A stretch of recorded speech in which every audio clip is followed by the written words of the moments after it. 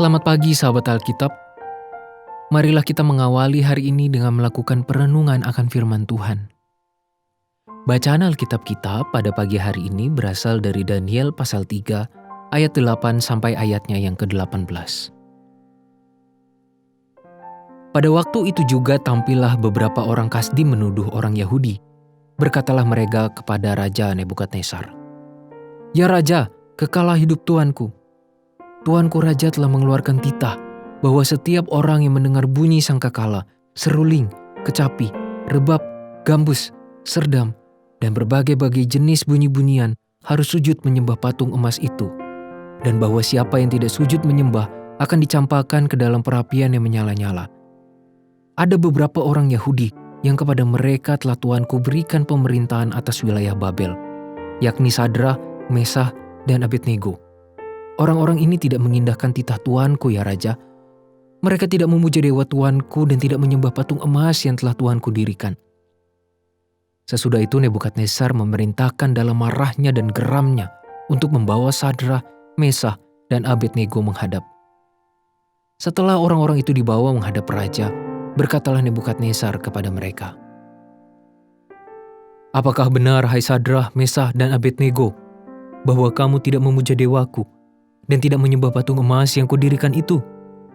Sekarang, jika kamu bersedia, demi kamu mendengar bunyi sangkakala, seruling, kecapi, rebab, gambus, serdam, dan berbagai-bagai jenis bunyi-bunyian, sujudlah menyembah patung yang kubuat itu. Tetapi jika kamu tidak menyembah, kamu akan dicampakkan seketika itu juga ke dalam perapian yang menyala-nyala. Dan dewa manakah yang dapat melepaskan kamu dari dalam tanganku?" Lalu Sadrah, Mesah, dan Abednego menjawab Raja Nebukadnezar, "Tidak ada gunanya kami memberi jawab kepada Tuanku dalam hal ini. Jika Allah kami yang kami puja sanggup melepaskan kami, maka ia akan melepaskan kami dari perapian yang menyala-nyala itu, dan dari dalam tanganmu ya Raja.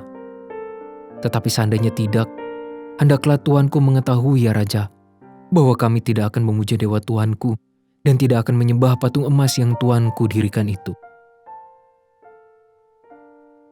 Salah satu pemahaman iman yang berkembang pada cukup banyak umat Kristen adalah menganggap iman kepada Tuhan dapat membawa mereka kepada sebuah kondisi yang nyaman tanpa atau minim masalah kehidupan.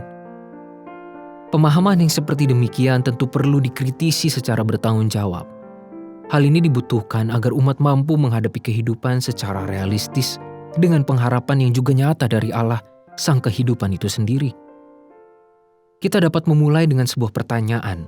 Apakah iman kepada Allah melepaskan saya dari pergumulan?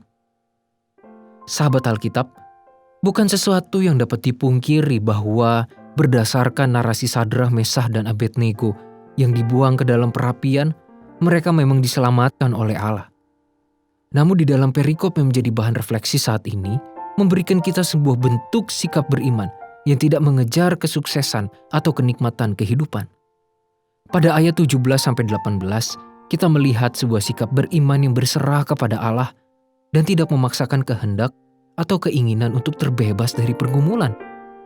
Raja Nebukadnezar sedang merendahkan Allah yang disembah oleh Sadrah, Mesak, dan Abednego. Namun mereka bertiga justru merespons dengan pernyataan iman yang elegan sekaligus sangat berkuasa. Mereka berkata, "Jika Allah yang kami puja sanggup melepaskan kami, maka ia akan melepaskan kami dari perapian yang menyala-nyala itu. Dan dari dalam tanganmu ya Raja. Tetapi seandainya tidak, hendaklah Tuanku mengetahui ya Raja, bahwa kami tidak akan memuja dewa Tuanku dan tidak akan menyembah patung emas yang Tuanku dirikan itu." Paling tidak terdapat dua nilai yang terkandung dalam jawaban ketiga pemuda tersebut, yaitu pertama, kuasa Allah melebihi siapapun. Kedua, keterlepasan dari pergumulan atau masalah bukan menjadi penentu berkuasa atau tidaknya Allah dan tidak menjadikan iman kepada Allah sebagai sesuatu yang sia-sia. Artinya, bagi Sadrah, Mesah, dan Abednego, keterlepasan dari ancaman Nebukadnezar bukanlah tujuan mereka beriman kepada Allah. Mereka tidak lagi memedulikan apakah Allah sanggup atau tidak melepaskan mereka dari perapian, karena iman mereka sudah melampaui persoalan tersebut. Allah sudah tentu sanggup melepaskan mereka, namun sesuai dengan kehendak-Nya. Bagi mereka bertiga, iman bukan dimaksudkan untuk melepaskan mereka dari masalah, melainkan memampukan mereka untuk menjalani kehidupan dengan segala pergumulan yang ada di dalamnya. Imanlah yang memampukan mereka menghadapi ancaman perapian dengan sikap teguh dan keteguhan karena adanya pengharapan hidup di dalam Allah, Sang Kuasa.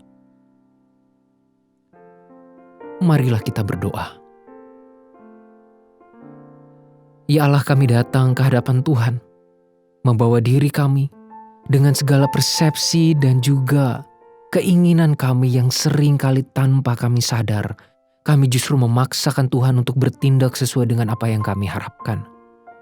Ketika kami menghadapi pergumulan atau masalah dalam kehidupan, kami sering kali menyempitkan, entah sadar atau tanpa sadar. Kami mengerdikan cara Tuhan bekerja dalam hidup kami.